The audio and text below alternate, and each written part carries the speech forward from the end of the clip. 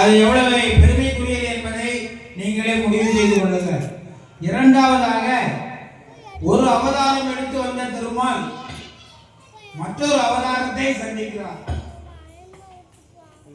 ராம அவதாரத்திலே ராமரை சந்திக்கிறார். கிருஷ்ண அவதாரத்திலே துரோணாச்சாரியாரையும் பீஷ்மரையும் கர்ணனையும் சந்திக்கிறார்.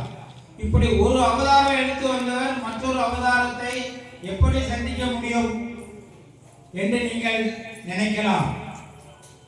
அவர் மனிதர் அல்ல, அவர் தெய்வம். ஒரே நேரத்தில் எத்தனை அவதாரத்தையும் எப்படிப்பட்ட அவதாரத்தையும் எடுக்கலாம் என்பதை தெய்வத்திற்குள்ள தனி சிறப்பு.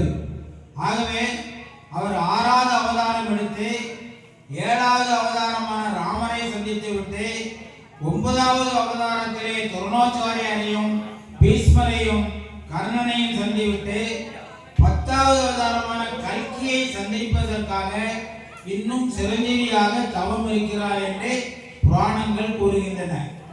ஆகவேதான் மற்ற அவதாரங்களை எல்லாம் விட இந்த பரசுராமர் அவதாரம் ஒரு உயர்ந்த அவதாரம் என்று நான் கூறிக்கொண்டு இன்றைய தலைப்பிற்கு வருகிறேன். பரசுராமர் அவதாரம் 6வது அவதாரம். தேவலோகத்திலே இந்திரனுடைய சபையிலே ஆடல் அடங்கிய ஊர்வசி ரம்பை. இதில் ஊர்வசியினுடைய மகனாக பிறந்தவர் காசிராஜன். அவர் நம்முடைய பாரதத்திலே மத்திய இந்தியாவிலே ஒரு நாட்டை அமைத்து அந்த நாட்டை ஆட்சி செய்து கொண்டிருக்கிறார். சத்திரிய வம்சம், சந்திர குலம்.